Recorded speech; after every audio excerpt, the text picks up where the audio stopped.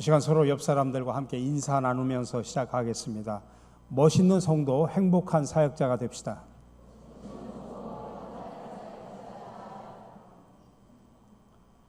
아, 2020년이 들어오면서 우리가 새로운 비전을 가지고 2030년 100주년을 바라보면서 신갈 비전 2030에 대해서 이야기를 드립니다. 특별히 신갈 비전 2030을 이루기 위해서 구체적으로 5대 사역 운동을 우리가 전개하고 있는데, 지난 주일날 두 가지 운동, 예수 닮기 운동과 신앙 계승 운동에 대해서 말씀을 드렸습니다. 오늘은 나머지 3개 운동, 생명 살림 운동과 사랑 나눔 운동, 하나님 나라 운동에 대해서 말씀을 드리려고 합니다. 그동안 생명 살림 운동과 사랑 나눔 운동은 우리 교회가 두 가지 운동을 가지고 오랫동안 실천해 왔기 때문에 많은 분들이 잘 아십니다. 그렇지만 또 교회 나온 지 얼마 안 되신 분들도 계셔서 우리 모두가 함께 비전을 공유하면서 함께 나가기 위해서 설명을 드립니다. 생명 살림 운동은 3가지 차원의 운동입니다. 첫 번째로는 영혼을 구원하자는 운동입니다. 정말 한 영혼을 천하보다도 귀하게 여기셨던 그 예수님의 뜨거운 심장을 우리의 가슴에 담고, 우리도 세상에 흩어져 내 주변에 있는 많은 영혼들을, 많은 생명들을 구원하자고 하는 그런 운동입니다. 예수님은 이 땅에 오신 목적을 성경 여러 군데서 몇 가지로 이야기를 했는데, 그 중에 하나가 누가복음 19장 10절에 인자가 온 것은 잃어버린 자를 찾아 구원하려 함이라 라고 말하고 있습니다. 그렇기 때문에 복음 전도는 그리스도인들이 해도 되고 안 해도 되는 것이 아니라 당연히 해야 되는 사명입니다. 그럼에도 불구하고 복음을 전하지 못하는 이유가 뭘까요? 그것은 전도의 장애물 때문에 그렇습니다. 사탄이 제일 싫어하는 게 바로 복음 전도입니다. 그렇기 때문에 어떻게 해서든지 전도 운동을 막아보려고 온갖 장애물을 만들어서 우리로 하여금 전도하지 못하도록 막습니다. 그 이유는 2가지입니다. 하나는 교회가 아무리 크고 훌륭한 사업을 많이 한다고 할지라도 복음을 전하지 않는 교회는 결국 말라서 병들고 죽게 되기 때문입니다. 전도하지 않는 개인, 전도하지 않는 교회는 생명력이 없습니다. 힘이 없습니다. 아니, 무능하고 무기력합니다. 그리고 점점 쇠퇴해져서 결국 죽어버리고 맙니다. 또 하나는 사탄의 나라가 파괴되기 때문입니다. 여러분, 기도가 이 사탄의 공격을 방어하는 것이라고 하면 전도는 사탄의 나라를 공격하는 최고의 무기입니다. 그러니 사탄이 결코 가만히 놔둘 수가 없죠. 온갖 수단과 방법을 동원해서 복음을 전하지 못하도록, 또 뛰어넘기 어려운 장애물로 우리를 전도하지 못하도록 방해를 합니다. 그 사탄의 장애물들이 여러 가지가 있습니다. 그 중에 하나가 바빠서 전도하지 못한다. 많은 사람들이 그런 이야기합니다. 난 너무 바빠, 분주해, 그래서 전도할 수가 없어. 그런 마음을 갖게 합니다. 그게 사탄의 장애물이라는 이야기입니다. 2번째, 나는 게을러서 전도를 못해. 3번째, 나는 교회를 오랫동안 다녔기 때문에 내 주변에는 불신자가 없어. 여러분, 어떠한 일이 있어도 반드시 전도해야 되겠다고 하는 결심을 하고 나면, 그러고 나서 주위를 살펴보면 얼마든지 불신 이웃들을 발견할 수가 있습니다. 또 하나는 나는 무식해서 전도를 못해. 교회에 대해서, 교리에 대해서 아는 게 하나도 없어. 여러분, 전도는 지식으로 하는 게 아니라는 사실을 기억하시기 바랍니다. 마지막으로, 나는 자신이 없어서 전도를 못해. 그래서 사탄이 우리 마음속에 어떤 마음을 주냐면, 야, 네 같은 게 뭔데 네 같은 게 감히 전도를 해. 그런 패배의식을, 그래가지고 나 자신을 정말 의욕을 잃어버리도록 만듭니다. 근데 여러분 기억하십시오. 전도는 내 힘으로, 내 지혜로, 내 능력으로 하는 게 아닙니다. 어떤 일이 있든지 반드시 전도해야 되겠다고 결심하면 성령께서 내 마음을 붙들어 주시고 성령께서 상대방의 마음을 열어주십니다. 그러니 여러분, 때를 얻든지 못 얻든지 복음의 씨를 뿌리시기 바랍니다. 열매는 하나님께서 맺게 하십니다. 그러니 올 한 해 동안도 최소한 여러분 1명 이상씩 전도해서 생명을 살리는 일꾼들이 되시기를 간절히 축원합니다. 2번째로 생명 살림 운동에는 죽음의 문화를 생명의 문화로 바꾸는 운동입니다. 오늘 읽은 요한복음 10장 10절에 보면 도둑이 온 것은 도둑질하고 죽이고 멸망시키려는 것뿐이요, 내가 온 것은 양으로 생명을 얻게 하고 더 풍성히 얻게 하려 하는 것이다. 오늘 본문 말씀은 두 가지 문화를 우리에게 보여줍니다. 하나는 죽음의 문화고 하나는 생명의 문화입니다. 죽음의 문화는 뺏고 파괴하고 죽입니다. 그러나 생명의 문화는 격려하고 웃어주고 평화롭게 하고 살려줍니다. 지금 이 두 생명의 문화, 죽음의 문화가 이 세계를 지배하고 있고 대결을 하고 있습니다. 예를 들어 정치, 경제, 사회 문화를 다 봅시다. 죽음의 문화는 정치 속에서는 권모술수의 정치랍니다. 생명의 문화는 상생의 정치를 하게 합니다.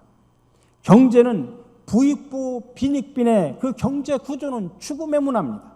그러나 상생의 문화는 가난한 자들에게 혜택을 주는 복지 정책입니다. 교육적으로 보면 공부 잘하는 순서대로 사람을 평가하는 것은 죽음의 문화입니다. 각 사람의 개성을 살리는 교육이 바로 생명의 교육입니다. 문화도 타락과 퇴폐와 쾌락의 문화가 있죠. 생명 살리는 문화가 있습니다. 군사적으로도 무기를 통한 전쟁은 죽음의 문화입니다. 그러나 공존하는 평화 구도가 생명의 문화입니다. 그런데 오늘 예수님이 오신 목적을 뭐라고 이야기합니까? 내가 온 것은 양으로 생명을 얻게 하고 더 풍성히 얻게 하려는 것이다. 생명 문화를 이 땅에 창조하고자 예수님께서 오셨다고 말하고 있습니다. 그러므로 하나님의 백성인 저와 여러분은 주님이 주신 모든 자원을 동원해서 생명을 살리는 일, 생명을 풍요롭고 행복하고 평화롭게 만드는 일에 우리의 몸과 마음과 영혼을 다해 헌신해야 됩니다. 그렇기 때문에 우리가 입을 열 때마다, 내가 움직일 때마다, 내가 뭔가를 결정할 때마다 생명을 일으키는 생명 문화의 일꾼들이 되어야 합니다. 그렇다면 여러분들은 가정과 여러분의 직장과 세상의 삶 속에서 생명의 문화를 창조해가는 사람입니까? 아니면 죽음의 문화를 일으키는 사람입니까? 아니, 여러분의 태도와 말과 생각 때문에 여러분의 주위의 사람들이 살아납니까? 죽어가고 있습니까? 오늘 이 아침에 우리 모두는 하나님 앞에서 새로운 결단을 해야 됩니다. 생명의 문화는 주는 것입니다. 살리는 것입니다. 남을 세워주는 것입니다. 생명의 문화는 용서와 사랑과 화해입니다. 우리 속에 온유함과 인내, 포용력과 칭찬, 감사와 미소를 일으키게 합니다. 부디 바라기는 여러분들의 각자의 삶의 자리 속에서 생명의 문화를 만들어 가시기를 간절히 축원합니다. 마지막으로 이 생명 살림 운동은 창조 질서 보존 운동입니다. 특별히 하나님이 창조하신 창조 세계 회복으로 해서 우리가 생태계 회복 운동, 그게 바로 창조 질서 보존 운동입니다. 우리가 잘 알고 있고 우리가 지금 느끼지 않습니까? 세상이 갈수록 이상 기온 현상에 몸살을 앓고 있습니다. 이제 한국도 옛날에는 여러분 어떻습니까? 봄에만 조금 황사를 했는데 요즘은 봄, 여름, 가을, 겨울이 없습니다. 정말 미세먼지 때문에 얼마나 고생들 하고 있습니까? 그래서 오죽하면 종말은 인간이 파괴한 자연이 우리에게 공격을 하면서 우리 스스로 멸망할 것이다. 그렇게까지도 이야기하는 사람들이 많습니다. 인간의 죄악으로 황폐하게 된 자연을 원래 상태로 되돌릴 수 있는 유일한 해결책은 여러분 여러 가지 과학적인 방법, 여러 가지 다양한 방법들이 있지만 가장 근본적인 것은 인간이 자연의 주인이 아니라고 하는 것입니다. 자연의 주인은 하나님만이 오일하게 유일한 자연의 주인임을 피조물의 창조주라는 이 주인의식을 인정하고 하나님의 뜻대로 정원사처럼 자연을 가꾸고 돌보는 자세를 가져야 되는 것입니다. 그래서 자연이 살아나야 여러분 인간도 삽니다. 그러므로 우리는 하나님이 세상을 창조하시고 보기에 좋았더라라고 감탄했던 이 피조물 전체를 다시 회복하도록 노력을 해야 됩니다. 그래서 일반 사람들은 환경을 보호하자는 운동을 하지만 우리는 그런 차원이 아니라 신앙 고백적인 차원에서 하나님이 창조한 세계 보기에 너무 좋았다라고 감탄했던 그 세상, 그러나 인간의 탐욕과 이기심으로 다 망가진 이 세상을 회복하는 창조 질서 운동, 이거는 신앙의 운동이라는 것입니다. 이렇게 생명 살림 운동 속에는 영혼 구원과 생명 문화를 만들어가는 것, 창조 질서를 보존하는 세 가지 운동을 담고 있습니다. 두 번째로 5대 사역 운동 가운데 하나는 사랑 나눔 운동입니다. 마가복음 10장 45절에서도 말합니다. 인자가 온 것은 섬김을 받으려 함이 아니라 도리어 섬기려 하고 자기 목숨을 많은 사람의 대속물로 주려 함이라. 영국의 존 스토트라고 하는 유명한 신학자가 이런 말을 했습니다. 예수님의 삶과 사역을 가장 잘 묘사한 말씀이 오늘 이 말씀이다 라고 이야기합니다. 하나님의 아들이 사람들을 섬기려고 세상에 오셨다는 이야기입니다. 그리고 십자가는 예수님의 섬김의 클라이막스입니다. 그렇기 때문에 우리도 주님의 섬김에 당연히 동참해야 됩니다. 그게 바로 믿음하고 별개가 아닙니다. 믿음 생활이라는 것입니다. 사랑 나눔 운동에 적극적으로 참여하는 것이 우리의 믿음과 우리의 사역이 되어야 한다고 하는 것입니다. 이런 사역을 천주교에서는 카리타스 운동이라고 표현하고 우리 개신교에서는 디아코니아 운동이라고 말합니다. 디아코니아라고 하는 것은 전통적으로 도움을 필요로 하는 이들에게 대한 봉사입니다. 19세기 중반 이래 디아코니아는 이웃에 대한 봉사, 곤경에 처한 사람들에게 사랑으로 다가가는 것을 의미합니다.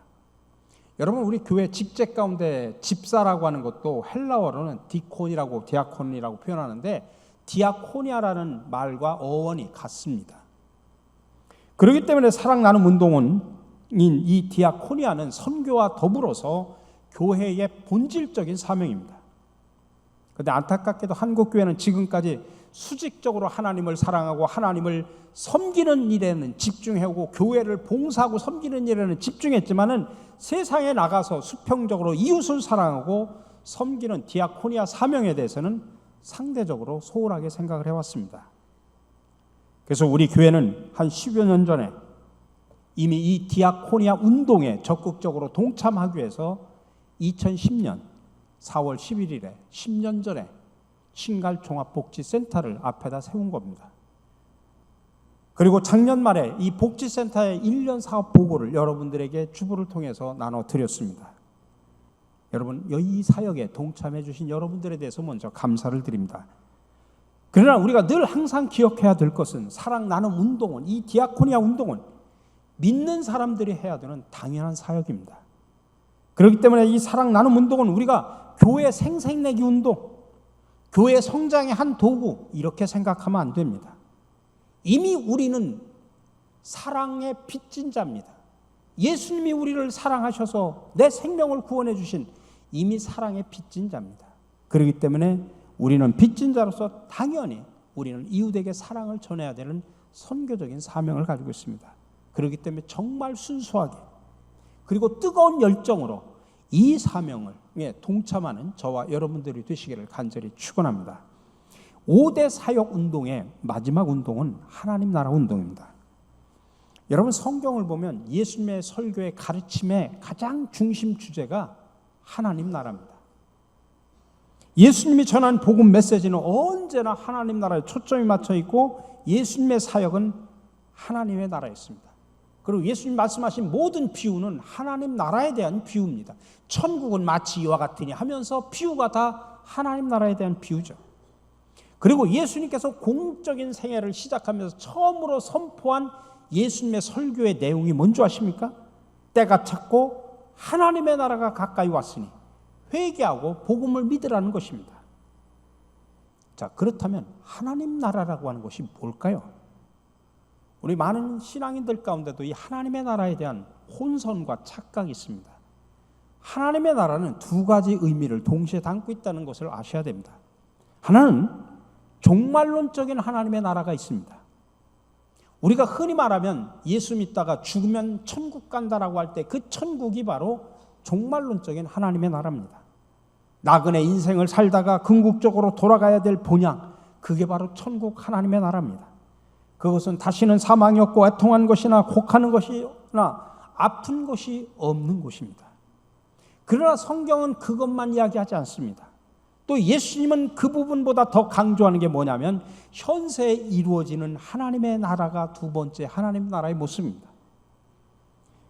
예수님께서 오셔서 이루어 놓으신 이 현세적인 하나님의 나라, 그것은 하나님이 다스리고 하나님이 통치하시는 나라, 하나님의 완전한 권위가 지배하는 곳을 말합니다.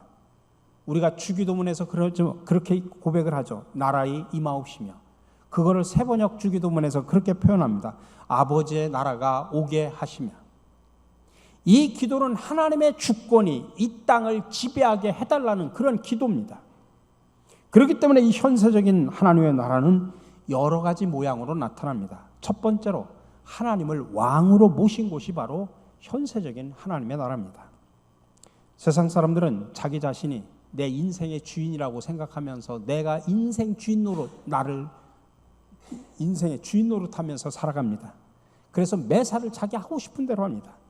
때로는 교회다 예수 믿는 사람들조차도 예수님이 내 인생의 주인이 아니라 내가 내 인생의 주인이라고 생각하고 내 마음, 내 뜻대로 처리하면서 살아가는 사람들이 얼마나 많습니까? 그러나 하나님을 왕으로 모시고 사는 삶은 전혀 다릅니다. 언제 어디서나 하나님이 나와 함께 계시다는 사실을 의식하면서 두렵고 떨리는 마음으로 항상 깨어 근신합니다. 이것이 바로 하나님을 경외하는 삶이고 또한 하나님의 명령대로 하나님의 지배를 받으며 살아가는 것입니다. 이렇게 믿는 사람 한 사람 한 사람 저와 여러분들이 하나님을 왕으로 모시는 삶을 살 수만 있다고 하면 아마 세상은 확 바뀌었을 겁니다. 근데 한국의 25%가 기독교인이라고 이야기하면서도 한국 사회가 전혀 달라지지 않는 이유는 뭡니까? 하나님을 왕으로 모시고 살아가는 교인들이 없기 때문입니다.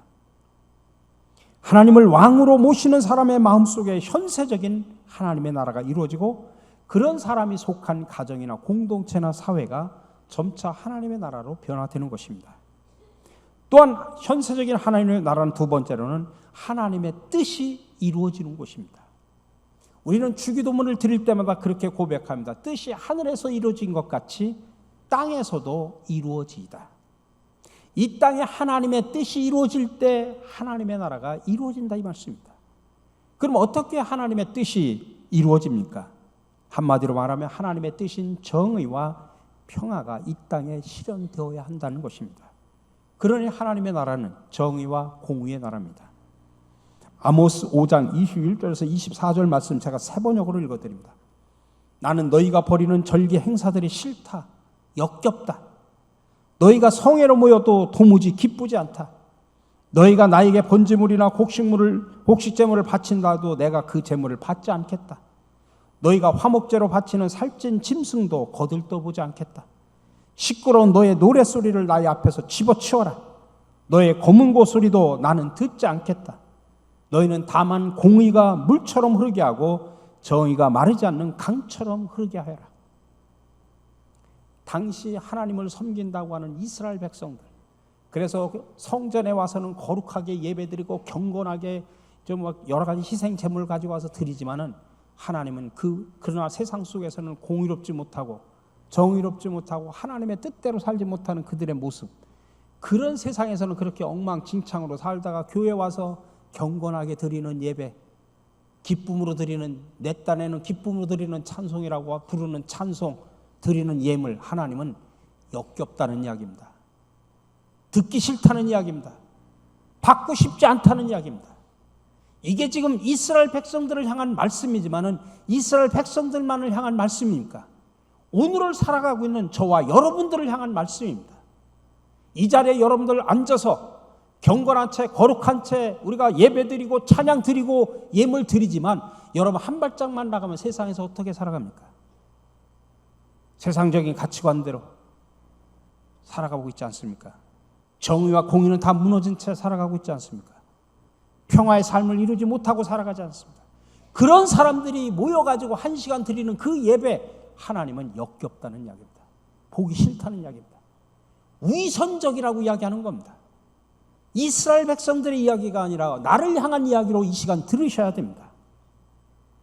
여러분, 구약에 나타난 공의와 정의라고 하는 것은 하나님의 성품과 관련이 되어 있습니다. 우리 인간 사회를 바라보는 하나님의 기준과 관점이 반영되어 있습니다. 공의라고 하는 것은 쉽게 말하면 하나님이 세우신 기준입니다. 정의는 구체적으로 사회 약자들에 대한 돌봄과 보호입니다. 근데 구약에서는 이 두 단어가 서로 섞여가지고서 인간의 내면적인 것을 이야기하는 것이 아니라 사회적인 차원의 의를 이야기하는 겁니다.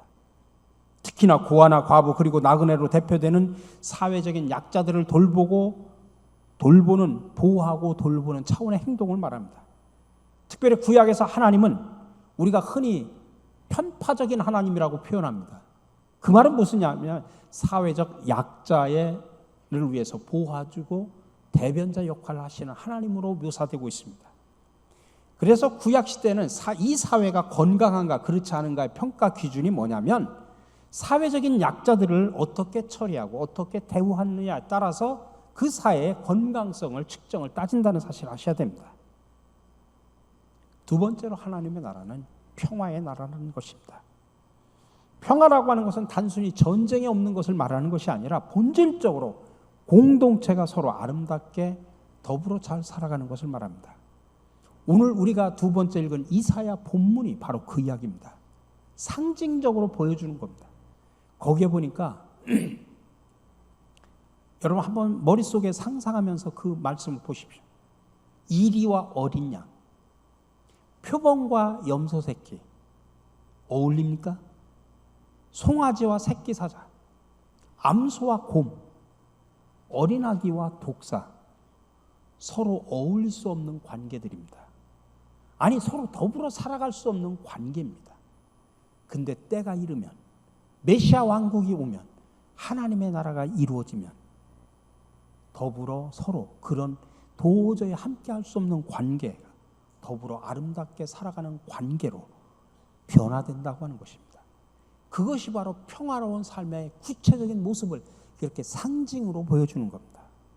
아니 강자와 약자가 서로 더불어 잘 살아가는 공동체, 그게 바로 하나님 나라의 모습이라고 하는 것입니다. 이것을 이루기 위해서 구체적으로 내가 가정과 교회와 우리 직장과 내가 속한 공동체에서 우리는 실천을 해야 됩니다. 그래서 서로 강한 자나 약한 자나 힘 있는 자나 없는 자나 서로 더불어 살아가는 공동체, 이게 평화 공동체라는 것입니다. 저는 이것을 그냥 구호로만 외치지 않고 우리 교회가 이 일을 구체적으로 실천해 가기 위해서 첫걸음으로 선교 네트워크를 만들려고 합니다. 물론 지난 연말에 우리 섬김이 리더들 교육을 할 때 제가 그 말씀을 드렸습니다만 앞으로 이것을 구체화시킬 겁니다. 특별히 우리 주변에 보면 농촌교회도 있고 복지시설도 있고 다양한 선교기관들이 있습니다. 그런 교회와 우리가 선교적인 네트워크를 만들어서 우리 가정교회를 중심으로 해서 또 지구회를 중심으로 해서 앞으로 나가려고 합니다. 우리 교회가 크니까 우리가 힘이 있으니까 그들을 시혜적으로 도움다, 그게 아닙니다. 동등한 입장에서 동등한 선교 공동체를 통해서 함께 더불어 살아가는 평화 공동체를 만들어 가려고 합니다. 그냥 첫 발을 내딛는 겁니다. 그 다음에 앞으로 계속 더 많이 확대가 되겠죠. 여러분 모두가 다 하나님 나라를 실현시켜 간다고 하는 차원에서 적극적으로 동참해 주시기 바랍니다. 신학적으로는 하나님 나라를 말할 때 명쾌하게 이렇게 설명합니다. 이미, 그러나 아직. 이게 신학적인 하나님 나라에 대한 표현입니다. 이미, 그러나 아직. 이 말이 무슨 말이냐면 하나님이 통치하는 나라, 하나님이 다스리는 나라는 이미 왔다는 이야기입니다. 이미 이루어졌다는 이야기입니다. 그러나 동시에 아직 완전한 나라는 오지 않았다는 것입니다. 이 세상 안에 이미 하나님의 나라가 존재합니다. 예수 그리스도의 오심과 성령의 강림은 이 땅에 하나님의 나라가 이루어지는 일대 사건입니다. 그래서 우리는 그 하나님, 예수님께서 오셔서 이미 이루신 그 하나님 나라의 계승자로서 그 일을 감당해야 되는 겁니다. 그러나 그럼에도 불구하고 우리가 아무리 노력해도 여전히 이 세상은 완전한 하나님의 통치가 이루어질 수 없는 타락한 본성을 가진 인간들이 거하는 곳입니다. 그래서 아직 완전한 하나님의 나라는 오지 않았다. 이게 바로 신학적으로 하나님 나라에 대한 정의입니다. 자, 그렇다면 정의와 평화의 모습을 갖고 있는 하나님의 나라를 우리가 어떻게 구체적으로 이루어갈까요? 아니, 우리가 어떻게 5대 사회 운동 속에서 하나님 나라 운동으로 승화시켜 갈까요? 첫 번째로는 여러분, 회개 운동부터 하셔야 됩니다. 회개 운동. 어떤 사람이 하나님의 허락을 받아가지고 천국과 지옥을 견학할 기회가 주어졌습니다. 그래서 천국과 지옥을 다 방문하고 나중에 하나님이 물었습니다. 야, 천국과 지옥을 본 소감이 뭐냐? 그래서 이 사람이 의아한 표정으로 말합니다. 하나님, 정말 이상합니다. 제가 천국에 가보니까 거기는 세상이 제일 나쁜 사람들만 거기 있고 지옥에 가보니까 거기 거꾸로 정말 착한 사람들만 거기 있던데요. 옛기 사람아, 그럴 리가 있겠냐. 내가 기껏 견학하라고 했더니 헛것만 보고 왔구나. 그러자 그 사람이 이렇게 대답했습니다. 아닙니다. 정말 그랬습니다. 제가 천국에 가보니까 거기 있는 사람들은 모두가 다 내가 잘못했어, 내가 죄인입니다, 다 그렇게 이야기를 하더라고요. 근데 지옥에 가보니까 모든 사람들이 전부 나는 잘못이 하나도 없습니다, 나처럼 눈처럼 희고 깨끗한 사람이 어디 있습니까? 그렇게 이야기를 하던데요. 여러분, 마가복음 1장 15절에서 예수님께서 첫 성으로 하신 말씀입니다. 때가 찼고 하나님의 나라가 가까이 왔으니 회개하고 복음을 믿으라. 하나님의 나라를 선포하시는 주님은 우리에게 먼저 요구하는 것이 뭐냐면 회개하라는 이야기입니다. 그리고 구체적으로 뭘 회개해야 됩니까? 지금까지 세상적인 가치관을 가지고 살아왔던 우리의 모습을 회개하셔야 됩니다. 생명을 살리는 일보다는 죽음의 문화에 젖어왔던 우리의 모습을 통회하고 자복하면서 회개하셔야 됩니다. 평화를 만들기보다는 분쟁과 불화를 일으켰던 우리의 모습을 구체적으로 회개하셔야 됩니다. 사랑의 공동체를 만들기보다는 미움과 시기로 살아왔던 우리의 모습을 회개하셔야 됩니다. 이런 세상적인 가치관과 우리의 잘못된 삶의 모습들을 회개하지 않고는 하나님의 나라를 이 세상에 만들어갈 수 없기 때문입니다. 두 번째 하나님 나라 운동은 성령의 능력으로 이루어진다는 사실을 아셔야 됩니다. 누가복음과 사도행전의 저자는 누가입니다. 이 두 성경에서 성령은 능력과 결부가 되어 있습니다. 두나미스랑. 누가복음에 보면 예수님은 성령의 능력으로 잉태됐고 공적인 사역을 하기 전에 물세례를 받을 때 성령이 그 위에 임했고 그 결과 광야에서 시험 후에 성령의 능력을 가지고 갈릴리로 돌아가서 메시아로서의 공적인 사역을 시작했다라고 표현하고 있습니다. 이처럼 성령은 누가복음에서 하나님의 일을 맡은 사명자들에게 능력과 권능을 주시는 하나님으로 나타나고 있습니다. 그래서 사도행전을 성령의 행전이라 이렇게 말하기도 합니다. 이처럼 하나님의 나라 운동은 여러분 내 힘으로 내 능력으로 내 지혜로 하는 게 아닙니다. 인간의 힘으로 할 수 없습니다. 성령의 능력을 힘입어야만 그 일을 감당할 수 있다고 하는 사실을 기억하셔서 성령의 능력을 통해서 여러분 하나님의 나라를 이루어 가시기 바랍니다. 마지막으로 하나님의 나라 운동은 우리의 증인된 삶을 통해서 이루어져 갑니다. 여러분 성경에 우리 66권을 정경이라고 표현을 합니다. 그런데 66권 정경 외에 외경이라는 게 또 있습니다. 그 외경 가운데 도마복음서라는 것이 있습니다. 그 도마복음서에 보면 예수님의 제자인 도마의 일생이 거기에 나와 있는데 이런 일화가 적혀 있습니다. 도마는 그 노예 신분으로 옥수가 되어서 인도로 건너갔다고 합니다. 근데 당시에는 정상적인 방법으로 인도를 가는 것이 불가능했기 때문에 노예가 되어서 팔려가는 길 외에는 방법이 없었답니다. 그래서 도마는 복음을 전하기 위해서 자기가 자원해서 노예가 됐고 또 그 전에 목수 기술을 배워서 인도로 건너갔습니다. 근데 그의 기술이 뛰어난 것을 보고 인도 왕은 그에게 거액의 돈을 주면서 내 왕궁을 지어달라고 명령을 내렸습니다. 그래서 이제 도마가 왕궁을 지으려고 하는데 마침 그때 당시 인도에 참혹한 흉년이 들어서 많은 사람들이 굶어 죽어가고 있었습니다. 그 모습을 본 도마는 도저히 이 많은 돈을 가지고서 사치스럽게 왕궁에 집을 지을 수가 없어서 그 돈을 가지고 양식을 구해가지고 굶어 죽어가는 많은 사람들을 구제를 해줬습니다. 이제 약속한 길이 되어서 왕이 와서 살펴보니까 아니 세상에 왕궁이 지어져 있지 않는 겁니다. 자세히 알아보니까 또 도마가 또 그 돈을 다 허비를 해버린 겁니다. 왕은 노발대발하면서 도마에게 사형 언도를 내리고 죽을 날까지 결정을 했습니다. 근데 도마가 사형 집행 전날에 왕의 사촌 가운데 사촌 동생이 죽었습니다. 죽어서 하나님 나라에 가게 됐는데 거기서 묘한 환상을 보고 깨어나 돌아왔습니다. 그가 하나님 나라에 가보니까 거기에 막 하나 굉장히 화려하고 큰 궁정이 하나 있는 겁니다. 너무 멋있고 좋아서 요즘 말로 사진 찍으려고 가보니까 자기 형인 인도의 왕의 궁전이라고 그렇게 쓰여 있는 겁니다. 그래서 천사에게 물었습니다. 아니 언제 이 궁전을 우리 형이 지었나라고 물었더니 그게 아니라 사도 도마가 왕을 위해서 지은 궁전이라고 이야기를 했습니다. 그러다가 깨어나가지고 돌아와서 그 사실을 왕인 형에게 알려줬습니다. 그때 왕은 깜짝 놀랐습니다. 도마를 사형 집행하려던 참인데 그가 자기를 위해서 하나님 나라의 큰 궁전을 세웠다는 것입니다. 그래서 왕은 도마를 석방시켜주고 오히려 도마의 말을 따라서 개종해서 예수를 믿게 되고 도마를 도와서 힘써 복음 전도를 했다는 이야기입니다.